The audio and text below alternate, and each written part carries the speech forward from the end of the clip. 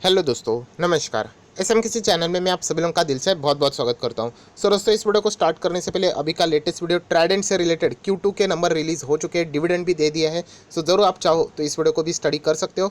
जितने भी वीडियोज है सारे वीडियो की लिंक आपको नीचे डिस्क्रिप्शन में मिल जाएंगी। फर्स्ट टाइम विजिट किया चैनल को जरूर सब्सक्राइब कर लेना and free stock market classes को भी फॉलो कर सकते हो। लिंक ऊपर आई बटन पर या नीचे डिस्क्रिप्शन में मिल जाएगी। चले दोस्तों, फिलहाल इस वीडियो को स्टार्ट कर लेते हैं। दोस्तों, अभी हम लोग आ चुके हैं हमारे नॉर्मल स्क्रीन के ऊपर एंड यहाँ पे हम लोग बात करने वाले दो स्टॉक्स के बारे में। यूजुअली देखा गया तो ये स्टॉक्स बहुत ही ज़्यादा पॉपुलर रहते हैं, न्यूज़ भी इनसे रिलेटेड बहुत ज़बरदस्त हम लोग को आती हुई देखने को यहाँ पे मिलती रहती है। Yes bank and Tata motor के बारे में हम लोग यहाँ पे थोड़ा सा पढ़ने की कोशिश करने वाले हैं। फिलहाल अगर हम लोग यहाँ पे कवर करें येस बैंक को, तो आप देख सकते हो दोस्तों, येस बैंक तो ज़रूर रडार के ऊपर रहने ही वाला है। If I am not wrong, शायद से कल कंपनी के यहाँ पे नंबर्स भी आने वाले हैं। ज़रूर कल के दिन भी ये रडार के ऊपर रहेगा। फिलहाल अगर हम लोग बात करें, 7% की तेज़ी आज के दिन हम लोग को देखने को यहाँ पे मिल चुकी है। ये तेज़ी मंदी तो यहाँ पे चलती रहती है। येस बैंक के लिए कल के दिन की अगर हम लोग बात करें, बहुत ही इंपॉर्टेंट दिन रहने वाले, क्योंकि Q2 के रिजल्ट कल रिलीज होंगे एंड लास्ट वन Q1 के नंबर्स उनके एक्चुअल में अच्छे थे, प्रॉफिट था वहाँ पे। क्या वो प्रॉफिट मेंटेन कर पाएंगे कि नहीं, ये देखना कल बहुत ही ज़्यादा इंटरेस्टिंग रहने वाला है।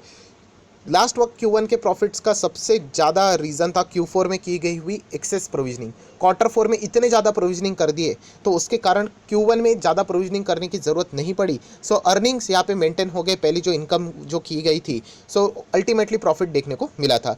इस वक्त क्या येस बैंक अच्छा परफॉर्मेंस दिखाएगा, ये कल देखना एक इंपॉर्टेंट पार्ट यहाँ पे होने वाला है। हम लोग ये रिजल्ट वाला जो नॉर्मल बात है वापस हम लोग ज़रूर यहाँ पे इसी वीडियो में कंटिन्यू करेंगे। पहले हम लोग यहाँ पे आ जाते हैं कि येस बैंक से रिलेटेड एक बहुत बड़ी बात यहाँ पे, जो पुराने एसबीआई के जो चेयरमैन है मिस्टर रजनीश कुमार, तो उन्होंने यहाँ पे कुछ बातें की है येस बैंक से रिलेटेड। अगर आप येस बैंक के शेयर होल्डर हो, मैं अगेन कहना चाहूँगा, शेयर होल्डर हो तो सिर्फ और सिर्फ लर्निंग पर्पस के हिसाब से होनी चाहिए। 5 स्टॉक्स, 10 स्टॉक, 15 स्टॉक, मतलब 100-200 रुपया, दैट्स इट। बहुत ज़्यादा हेवी अमाउंट 10, 20, 25, 30 हज़ार लगाने के लिए अभी तक येस बैंक बिल्कुल भी रेडी नहीं है। लर्निंग के लिए ठीक है, यहाँ पे बहुत सारी चीज़ें हम लोग को पढ़ने को मिलेगी। उस हिसाब से अगर मैं बात करूँ तो अगर आप येस बैंक के शेयर होल्डर हो तो आपको ये चीज़ ज़रूर यहाँ पे पता होनी चाहिए। कौन सी चीज़? तो यहाँ पे येस बैंक के जो फॉर्मर येस, अगर हम लोग पुराने चेयरमैन की अगर हम लोग यहाँ पे बात करें, उन्होंने कुछ पॉइंट यहाँ पे कही है, जैसे कि येस बैंक जब बहुत ही ज़्यादा ख़राब सिचुएशन में था, आप सभी लोगों को पता है, तो स्टेट बैंक ऑफ इंडिया के ही हाथ में हम लोग को वो बैंक जाते हुए देखने को मिले थे। ऑब्वियसली बाकी बैंक्स ने भी यहाँ पे पूंजी ज़रूर लगाई है, लॉकिंग पीरियड भी है, बट सबसे ज़्यादा अगर हम लोग यहाँ पे कहें तो एसबीआई ने ही उसमें यहाँ पे निवेश किया हुआ है। समवेयर अराउंड 30% का स्टेक एसबीआई के ही पास है। दोस्तों, अगर हम लोग यहाँ पे बात करें तो यहाँ पे एसबीआई के जो चेयरमैन है, पुराने चेयरमैन, मैं वापस कहना चाहूँगा, फॉर्मर यहाँ पे लिखा हुआ है, उन्होंने कहा कि येस बैंक की अभी की जो स्थिति है वो जब उनको हैंड ओवर किया गया था उससे फार बेटर स्थिति है। बट एक सच्चाई भी है कि येस बैंक, अगर आप लोग ये एक्सपेक्ट करते हो कि ज़बरदस्त परफॉर्मेंस दिखाएगा, तो उसके लिए भी आप लोग देख सकते हो कि बहुत टाइम लगने वाला है। कितना टाइम लगेगा? वो भी 2 साल। आप देख सकते हो 2 साल से ज़्यादा, more than 2 years to stabilise. ये चीज़ आप लोग देख सकते हैं। अभी बहुत सारे लोग ये भी कहेंगे, सर ये फॉर्मर एसबीआई के चेयरमैन यहाँ पे क्यों बता रहे, वो तो एसबीआई के बारे में बताना चाहिए। तो दोस्तों, ऐसा नहीं है, जैसे मैंने आप लोगों को कहा कि अगर आप लोग शेयर होल्डिंग पैटर्न देखोगे, येस बैंक में तो सभी लोग भाग गए थे, तो ऑब्वियसली उसमें कोई ना कोई शेयर तो खरीदना चाहिए। तो आप सभी लोग पता है आरबीआई का ये भी काम होता है कि जो भी चीज़ें यहाँ पे होती है उसको बचाने का। तो आप देख सकते हैं, ये देखिए पूरे बैंकिंग इसने, आईसीआईसीआई बैंक ने कितने शेयर्स खरीद लिए? 2.99%। ऑब्वियसली ज़्यादा स्टेक खरीदे थे, थोड़ा बहुत बाद में जितना लिमिट था उतना उन्होंने प्रॉफिट बुकिंग कर लिया। देन एक्सिस बैंक देख सकते हो यहाँ पे है, आईडीएफसी फर्स्ट बैंक है, बंधन बैंक है, राइट। आपको बहुत सारे आप लोगों को यहाँ पे एचडीएफसी भी मिल जाएगा, बहुत सारे बैंक्स भी मिलेंगे। उसमें सबसे ज़्यादा देखिए किसने है, 30% के स्टेक्स है किसके पास? State Bank of India, right. तो स्टेट बैंक ऑफ इंडिया ने यहाँ पे 30% शेयर्स खरीदे। अगर ये बैंक्स यहाँ पे नहीं पैसा डालते तो ऑब्वियसली येस बैंक खत्म ही था। ये ऐसा इसलिए किया जाता है, बैंक्स को इसलिए बचाया जाता है, क्योंकि ऑब्वियसली ये अच्छा संकेत नहीं रहता है कि एक इतनी बड़ी बैंक, येस बैंक की अगर हम लोग बात करें, कोई छोटी मोटी बैंक नहीं थी, कि अगर इंडिया की बैंक बंद हो गई, वो भी फ्रॉड के कारण, तो बाहर के जो इन्वेस्टर्स है वो यहाँ पे पैसा लगाने के लिए 10 बार सोचेंगे। रेपुटेशंस भी खराब होती है, तो ऑब्वियसली ये काम भी है बचाने का, तो वो यहाँ पे ऑलरेडी उन्होंने यहाँ पे कर लिया है। स्टेट बैंक ऑफ इंडिया के ही जो चेयरमैन थे, तब उनके अपने जो उनका जो टाइम पीरियड था, तब उन्होंने यहाँ पे येस बैंक को जितनी भी मदद करनी चाहिए थी उन्होंने अपनी साइड से यहाँ पे की है। उनका ही स्टेटमेंट यहाँ पे आ रहा है कि येस बैंक को स्टेबलाइज होने के लिए भी और कितना, 2 साल से ज़्यादा टाइम यहाँ पे लगने वाला है। तो इसीलिए ये भी पॉइंट आप लोगों ने ज़रूर नोट करके यहाँ पे रखना चाहिए। इतने बड़े पर्सन यहाँ पे ये चीज़ बोल रहे, मतलब ज़रूर उनको कोई ना कोई चीज़ यहाँ पे पता होगी ही होगी।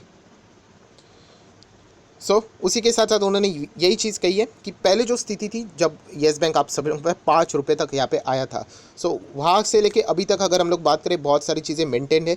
बीच में आप सभी लोगों को पता है येस बैंक को कुछ अमाउंट्स यहाँ पे रीपे भी करने थे, तो वो ड्यू डेट्स के पहले भी उन्होंने वो रीपे किए थे। वो भी एक चीज़ें यहाँ पे हाईलाइट करके बताती है कि उनकी जो पोजीशन बहुत ही ख़राब थी उतनी अभी ख़राब यहाँ पे नहीं है, बट अभी भी चीज़ें वैसी ही है जैसे हम लोग यहाँ पे देख सकते हैं। एंड जैसे मैं 2 से 3 बार बता चुका हूँ, उन्होंने भी कहा है कि 2 से 3 साल तो एटलीस्ट टाइम यहाँ पे लगेगा बिजनेस को स्टेबल होने के लिए। येस बैंक की अगर हम लोग बात करें तो यहाँ पे ज़रूर कल के दिन हम लोग को यहाँ पे देखना है बिजनेस का स्टेबल होना। मतलब क्या दोस्तों, सिर्फ प्रॉफिट में आके काम नहीं चलता है, प्रॉफिट कंसिस्टेंटली हम लोग को दिखना चाहिए एंड कंसिस्टेंटली ग्रो होना चाहिए।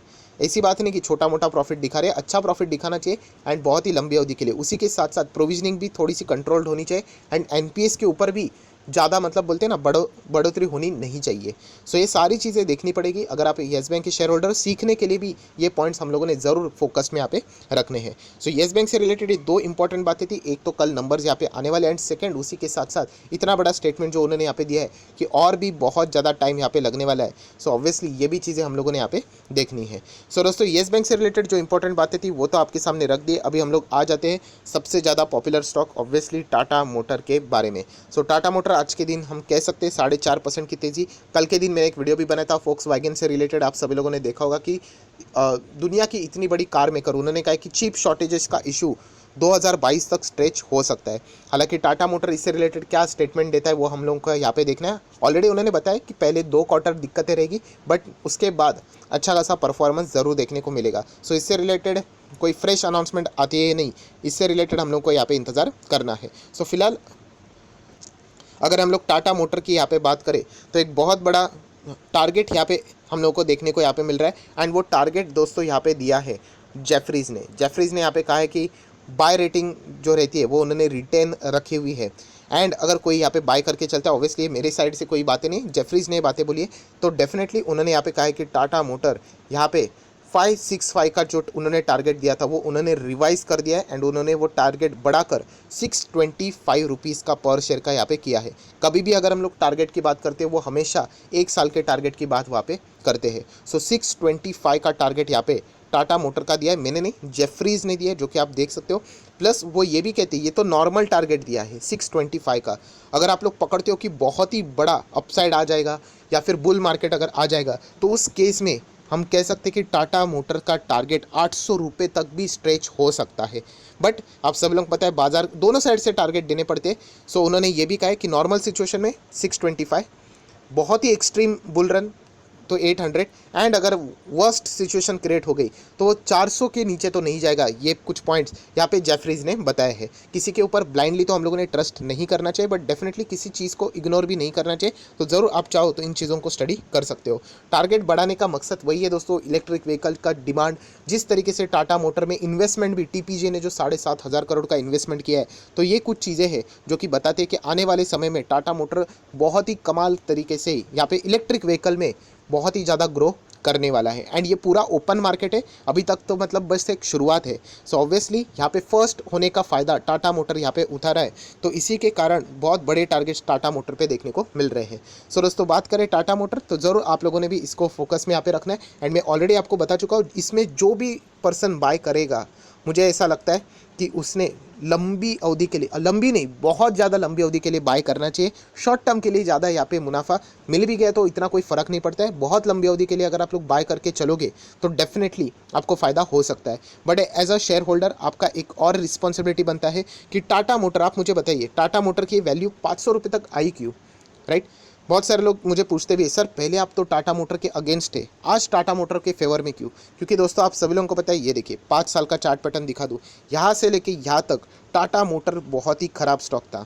यस, ये जो तेज़ी है ना दोस्तों, ये किसके वजह से है? क्या टाटा मोटर का पुराना बिजनेस है उसके वजह से? बिल्कुल भी नहीं। ये जो तेज़ी है उसका वैल्यू सिर्फ एक ही है, इलेक्ट्रिक व्हीकल। अगर इलेक्ट्रिक व्हीकल को अगर सेपरेट कर दिया गया, मतलब बोला गया कि हम लोग कुछ नहीं करेंगे, टाटा मोटर ने ऐसा बोला फॉर एग्जांपल, तो आज टाटा मोटर उतनी ही रफ्तार से गिरेगा एंड वापस इसी लेवल पे आ जाएगा।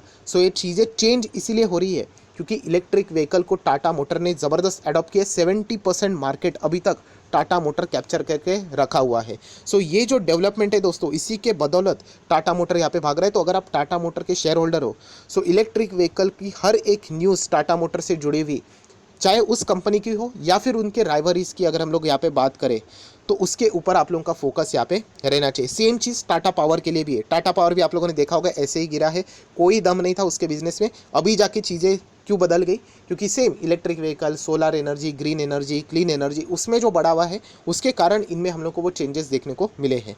सो दोस्तों, ये भी चीज़ें हम लोगों ने हमेशा सीखनी चाहिए कि स्टॉक मार्केट में अगर कंपनी के बिजनेस अपॉर्चुनिटीज़ कई जगह पे खुल जाते हैं एंड वहाँ पे अगर वो एग्रेसिवली काम करते हैं, सो डेफिनेटली ऐसे कंपनीज भी हम लोग को कमाल के रिटर्न्स कमा के दे सकते हैं। सो टाटा मोटर की बात करें दोस्तों, ये तो मतलब बहुत ही लंबा स्टॉक है। इलेक्ट्रिक व्हीकल के डेवलपमेंट को अगर ये बहुत ही ज़्यादा सीरियसली लेते रहेंगे जैसे कि अभी ले रहे हैं, सो नो डाउट ये कंपनी हम लोग को लॉन्ग रन में बहुत अच्छे खासे रिटर्न्स जरूर देगी। 4 डिजिट में भी ये कंपनी इजीली ज़रूर पहुंचेगी। अभी 4 डिजिट बोल दिया मतलब ये नहीं कि 2 दिन में पहुंचेगा, बहुत ज़्यादा टाइम लगेगा, बट क्या फ़र्क पड़ता है। अगर आप एक लॉन्ग टर्म इन्वेस्टर हो तो ज़रूर आप लोग कंटिन्यू यहाँ पे कर सकते हो। सो टाटा मोटर से रिलेटेड जो इंपॉर्टेंट बात थी वो भी मैंने आपको बता दी। एंड येस बैंक की बात करें तो ऑब्वियसली कल के रिजल्ट वही हम लोगों ने यहाँ पे स्टडी करने हैं। सो आशा करता हूँ आप लोगों को ये वीडियो पसंद आएगा, तो चाहो तो इसको लाइक एंड शेयर भी कर सकते हो। So that's it, thank you very much दोस्तों। We will be meeting our next video, तब तक के लिए बाय बाय।